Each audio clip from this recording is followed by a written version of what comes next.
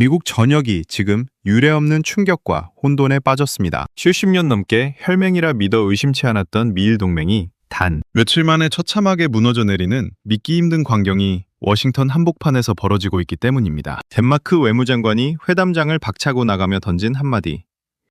일본은 가르치려 들지 마라. 이 말 한마디가 도화선이 되어 전 세계 외교관은 그야말로 발칵 뒤집혔습니다. 사태는 여기서 끝이 아니었습니다. 도쿄를 향한 트럼프 대통령의 전례 없는 폭탄 선언이 이어졌고 일본이 자랑하던 첨단 장비, 내부에서는 절대 있어서는 안 될 치명적인 흔적이 발견되며 미군 기지의 안보마저 통째로 흔들리는 초유의 사태가 발생했습니다. 대체 완벽해 보였던 일본의 시스템 뒤에 무엇이 숨겨져 있었던 걸까요? 미국 정부 관계자들조차 우리가 그동안 무엇에 눈이 멀어 있었나 라며 자책하고 있는 가운데 모두가 불가능하다고 고개를 저었던 절체절명의 위기 상황에서 전 세계를 전율케 한 반전의 주인공이 나타났습니다. 일본이 9개월이나 걸린다며 고개를 가로저었던 그 불가능한 임무를 단 열흘 만에 완수하며 백악관의 찬사를 이끌어낸 이들은 누구일까요? 오늘 이 충격적인 배신과 감동적인 신뢰의 전말, 그리고 세계 외교 지형을 뿌리째 뒤흔든 거대한 비밀을 여러분께 상세히 공개해드립니다. 시작하기 전에 여러분의 구독과 좋아요, 그리고 대한민국 화이팅이라는 따뜻한 댓글 한마디는 국격을 높이는 이야기를 전해드리는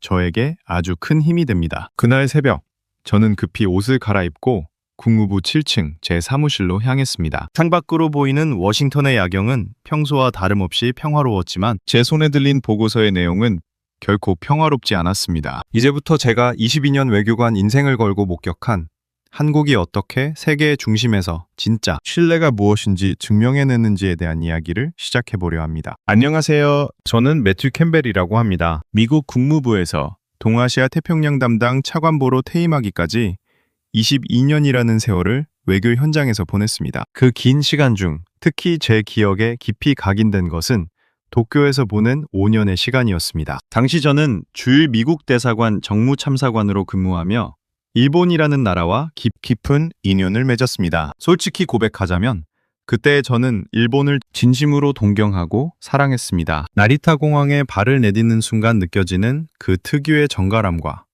택시기사분들의 하얀 장갑, 그리고 호텔 로비에서 마주하는 정중한 인사들은 미국인인 저에게 매우 신선한 충격이었습니다. 일본 외무성 관료들과의 회의는 늘 완벽했습니다. 그들은 회의 시작 훨씬 전부터 도착해 자료를 완벽하게 세팅해 두었고 어떤 질문을 던져도 막힘없는 답변을 내놓았습니다. 저는 속으로 역시 일본은 프로페셔널하구나 라고 감탄하곤 했습니다. 어느 날 저녁, 긴자의 한 이자카야에서 일본 외무성의 고위 바요인 와타나베와 술잔을 기울였을 때의 일이 기억납니다. 그는 사케잔을 채워주며 자신감 넘치는 목소리로 말했죠. 캠벨상, 일본과 미국은 70년 동안 흔들림 없는 운명 공동체입니다. 한국도 물론 동맹이지만 솔직히 일본과는 격이 다르지 않습니까? 당시 저는 그 말에 부정하지 않고 고개를 끄덕였습니다. 부끄럽게도 그때 저는 한국을 그저 일본 옆에 있는 아직은 배울 게 많은 작은 나라 정도로만 치부했기 때문입니다. 그렇게 일본 예찬론자로 살아가던 제게 변화의 바람이 불기 시작한 건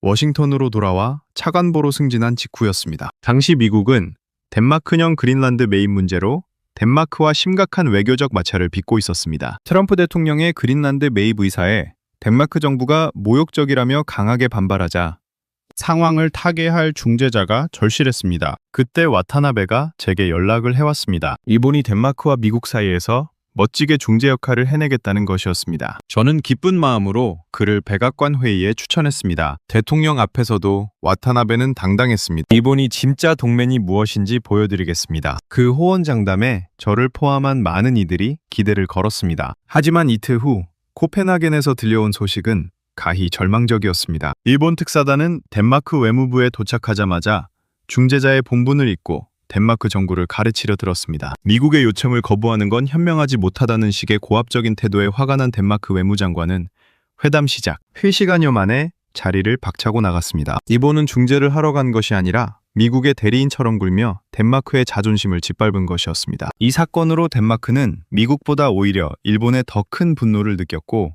상황은 최악으로 치달았습니다. 저는 대통령 집무실에서 차가운 눈빛의 트럼프 대통령과 마주해야 했습니다. 캠벨, 자네가 추천한 일본이 일을 이렇게 망쳐놨군. 일본은 파트너가 아니라 우리 옆에서 잘난 척하고 싶은 녀석들일 뿐이야. 그 말에 저는 아무 대답도 할 수 없었습니다. 제가 믿었던 일본의 완벽함은 오만이라는 모래 위에 세워진 성이었습니다. 그렇게 일본의 오만이 빚어낸 외교적 참사로 워싱턴 정가가 침통함에 빠져 있을 때였습니다. 저 역시 제가 그토록 신뢰했던 일본의 무능함과 무례함에 큰 충격을 받아 밤잠을 설치고 있었죠. 그때 제 사무실 문을 두드린 것은 아시아 선임보좌관 데니얼 로저스였습니다. 그는 제게 뜻밖의 소식을 전했습니다. 바로 한국이 조용히 움직이기 시작했다는 보고였습니다. 한국은 일본처럼 요란하게 중재를 자처하지 않았습니다. 대신 그들은 덴마크와 오랫동안 쌓아온 실질적인 협력 관계를 언급하며 필요하다면 측면에서 미국을 돕고 싶다는 아주 신중하고 겸손한 의사를 타진해왔습니다. 솔직히 처음에는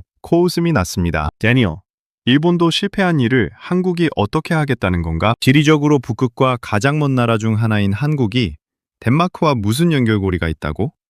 하지만 로저스가 내민 자료를 검토하면서 저는 제 무지를 깨닫기 시작했습니다. 한국은 이미 북극 이사회의 정식 observer 국가였고 세계 최고 수준의 쇄빙선인 아라오노를 통해 덴마크 연구진과 수년간 공동 연구를 진행하며 깊은 신뢰를 쌓아온 상태였습니다. 더 놀라운 것은 덴마크 청년들 사이에서 한국의 호감도가 일본을 압도하고 있다는 사실이었습니다. K-드라마와 K-팝, 그리고 한국의 음식 문화가 덴마크 사람들의 마음속에 깊이 파고들어 있었던 것이죠. 트럼프 대통령 역시 이 점에 주목했습니다. 그는 일본의 자충수를 지켜보며 동맹의 본질에 대해 다시 생각하고 있었던 모양입니다. 대통령은 일본은 우리 위에 서려 하지만 한국은 자기 위치를 알면서도 실력이 있다며 한국과의 접촉을 승인했습니다. 한국은 일본처럼 외무성 고위 관료를 보내 언론 플레이를 하지 않았습니다. 대신 실무 기술진과 해양수산부 전문가들을 투입해 아주 실질적인 제안을 내놓았습니다. 정치적 논쟁이 아닌 북극 항로 개발과 쇄빙 기술 협력이라는 구체적인 카드를 꺼내든 것입니다. 덴마크 측의 반응은 즉각적이었습니다. 그들은 한국의 제안에 대해 실질적이고 겸손하다는 극찬을 보내며 굳게 닫혔던 대화의 문을 열기 시작했습니다. 저는 화상회의를 통해 한국 측 대표단의 브리핑을 지켜보며 묘한 전율을 느꼈습니다. 그들은 우리가 해결해주겠다는 오만함 대신 함께 해결책을 찾아보자는 태도로 덴마크 관료들의 마음을 녹였습니다. 데이터는 정교했고 일정은 현실적이었으며 무엇보다 상대방을 존중하는 기품이 느껴졌습니다. 일본이 70년 동맹이라는 훈장을 앞세워 설교할 때 한국은 라면 한 봉지의 친근함과 세계 1위의 조선 기술이라는 실력으로 승부하고 있었습니다. 하지만 이것은 시작에 불과했습니다. 한국의 진정한 저력은 예상치 못한 곳에서 터져나온 거대한 위기 앞에서 비로소 그 빛을 발하게 됩니다. 그 무렵 북극 항로 개발의 핵심 장비인 쇄빙 드론에 치명적인 문제가 발생했다는 긴급 보고가 올라왔습니다. 북극의 살인적인 추위와 거친 환경 속에서 드론의 핵심 구동 모듈인 베어링이 버티지 못하고 파손된 것이었습니다. 이 장비가 없으면 북극 항로 탐사 자체가 불가능했기에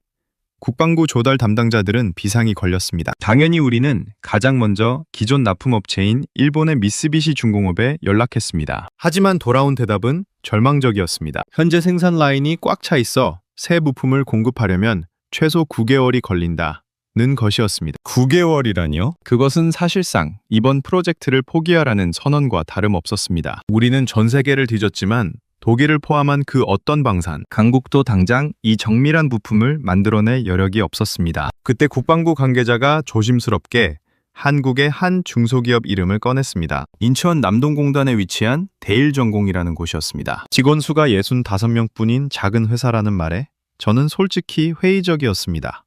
미쓰비시 같은 거대 기업도 9개월이 걸린다는 일을 어떻게 한국의 작은 공장이 해낼 수 있겠습니까? 하지만 다른 대안이 없었기에 우리는 반신반의하며 연락을 취했습니다. 그런데 그들이 보내온 회신은 전 워싱턴 관료들을 경악하게 만들었습니다. 12일 안에 납품하겠습니다. 우리는 제 귀를 의심했습니다. 일본이 9개월이라 했던 일을 단 12일 만에 해내겠다니 이건 명백한 허풍이라고 생각했습니다. 하지만 트럼프 대통령은 한국 녀석들의 눈빛을 믿어보자며 승인했습니다. 그리고 그때부터 믿기지 않는 소식들이 들려왔습니다. 대일전공의 박종현 대표와 직원들이 공장에 간이 침대를 가져다 놓고 24시간 교대 근무를 하며 먹고 자고 있다는 소식이었습니다. 그들은 약속은 피보다 진하다는 말을 남기며 주말도 반납한 채 기계 앞에 붙어 있었습니다. 그리고 놀랍게도 그들은 약속했던 12일보다 이틀이나 빠른 열흘 만에 완제품을 미국으로 보냈습니다. 도착한 부품을 국방부 검수팀이 조사했을 때 현장은 정적에 휩싸였습니다. 단순히 납기만 맞춘 게 아니었습니다. 정밀도와 내구성 테스트에서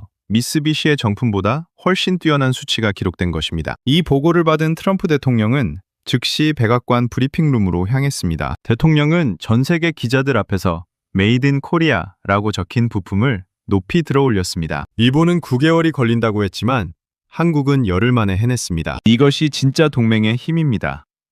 그날의 기자회견은 전 세계 외교가에 한국이라는 나라의 신뢰와 실력을 각인시킨 역사적인 순간이 되었습니다. 하지만 기쁨도 잠시였습니다. 세빙드론 문제가 해결되자마자 더 거대하고 은밀한 위기가 우리를 덮쳐왔습니다. 덴마크령 그린란드의 핵심 기지인 툴레 공군 기지에서 원인 모를 통신 지연과 교란 현상이 발생한 것입니다. 탄도미사일 조기 경보 시스템이 마비될 수도 있는 절체절명의 안보 위기였습니다. 우리 국방부와 정보국은 러시아나 중국의 소행일 것이라 단정하고 역추적에 나섰지만 그 어디에서도 침입의 흔적을 찾을 수 없었습니다. 적의 실체조차 파악하지 못해 워싱턴 상황실이 공포에 휩싸여 있을 때 저는 다시 한번 한국의 도움을 요청했습니다. 한국은 즉시 국방과학연구소의 김도윤 선임연구원이 이끄는 인공지능 해양 분석팀을 파견했습니다. 그들은 도착하자마자 우리가 제공한 방대한 데이터를 분석하기 시작했습니다. 한국 팀원들은 무서울 정도로 집중했습니다. 그들은 분초를 다투며 자체 개발한 인공지능 시스템의 데이터를 입력했고 며칠 밤낮을 꼬박 세우며 신호의 미세한 파동을 뒤졌습니다. 그리고 5일째 되던 날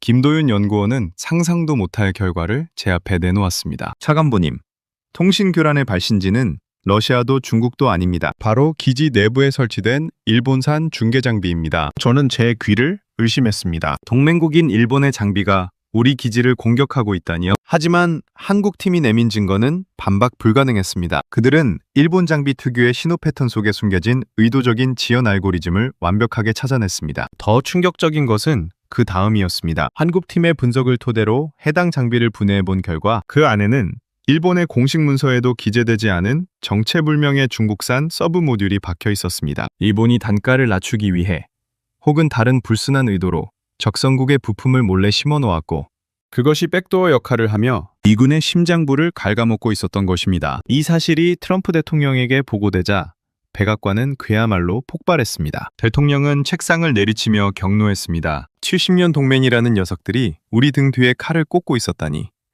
일본은 민간 기업의 실수라며 꼬리를 자르려 했지만 이미 깨진 신뢰는 회복될 수 없었습니다. 반면 아무도 찾아내지 못한 은밀한 위기를 단숨에 파헤친 한국의 인공지능 기술과 집요함은 전 세계를 경악하게 했습니다. 김도윤 연구원은 무덤덤하게 말했습니다. 우리는 북쪽의 위협 속에서 매일 의심하고 분석하는 것이 일상입니다. 이 정도는 우리에게 당연한 일입니다. 그 겸손한 한마디는 화려한 겉모습만 가꾸던 일본의 오만을 처참하게 짓밟아버렸습니다. 사건의 파장은 여기서 멈추지 않았습니다. 일본산 장비의 배신으로 촉발된 불씨는 미국 방위산업 전체에 대한 전수조사로 이어졌습니다. 저와 상무부 태스크포스가 함께 진행한 이 조사에서 우리는 다시 한번 거대한 진실과 마주하게 되었습니다. 그동안 우리는 일본이 없으면 첨단 무기를 만들 수 없다고 믿어왔습니다. 하지만 장비의 껍데기를 한꺼풀 벗겨내자 그 안을 가득 채우고 있는 것은 일본의 브랜드가 아닌 한국의 기술력이었습니다. 반도체, 디스플레이, 정밀 센서 등 현대무기 체계의 심장이라 할 수 있는 핵심 부품들이 소리 없이 한국에서 공급되고 있었던 것입니다. 겉으로 시끄럽게 존재감을 과시하던 일본과 달리 한국은 묵묵히 세계 안보의 뼈대를 지탱하고 있었습니다. 트럼프 대통령은 이 보고서를 받아들고 짧은 메모를 남겼습니다. Japan loud, Korea solid. 일본은 요란하기만 하고 한국은 단단하다는 뜻이었습니다. 대통령은 즉시 일본을 동맹의 지위에서 관리 대상으로 격하시키는 파격적인 결정을 내렸습니다. 이제 일본은 모든 주요 결정을 내릴 때 미국의 승인을 받아야 하는 처지가 되었습니다. 반면 한국에게는 미국 역사상 영국 외에는 단 한 번도 허락한 적 없는 전략적 핵심 파트너의 자리를 내주었습니다. 과거 강대국들의 손에 의해 신탁 통치의 위기를 겪었던 나라가 이제는 당당히 세계 질서를 함께 설계하는 주역으로 우뚝 선 것입니다. 백악관 로즈가든에서 열린 한미 전략협정 서명식 날, 저는 연단 옆에서 태극기와 성조기가 나란히 펄럭이는 모습을 지켜보았습니다. 트럼프 대통령은 전 세계를 향해 선언했습니다. 오늘 우리는 진짜 동맹이 무엇인지 배웠습니다. 한국은 받는 나라에서 주는 나라로 성장한 유일한 국가입니다. 그들은 말이 아닌 행동으로 신뢰를 증명했습니다. 그 연설을 듣는 동안 제 가슴 한구석이 뜨거워졌습니다. 22년 외교관 생활 동안 제가 가졌던 편견이 완전히 깨지는 순간이었습니다. 한국은 그저 운이 좋았던 나라가 아니었습니다. 약속을 피보다 진하게 여기고 위기 속에서 단련된 실력으로 불가능을 가능케 하는 저력이 있었기에 오늘 이 자리에 설 수 있었던 것입니다. 여러분, 외교라는 거창한 이름 뒤에 숨겨진 진실은 의외로 간단합니다. 진짜 친구는 내가 잘 나갈 때 박수치는 사람이 아니라 내가 가장 힘들 때 묵묵히 곁을 지키며 실질적인 도움을 주는 사람입니다. 일본이 화려한 수사로 자신들을 포장할 때 한국은 밤을 새워 부품을 만들고 적의 신호를 분석하며 미국의 진정한 파트너임을 행동으로 보여주었습니다. 오늘날 대한민국이 세계인의 존경을 받는 이유는 단순히 경제력 때문이 아닙니다. 어떤 상황에서도 변치 않는 그 단단한 신뢰 때문입니다. 지금까지 미국의 심장구에서 한국의 위대한 승리를 지켜본 매튜 캠벨이었습니다. 자랑스러운 대한민국의 행보에 앞으로도 뜨거운 응원을 보내주시기 바랍니다. 감사합니다.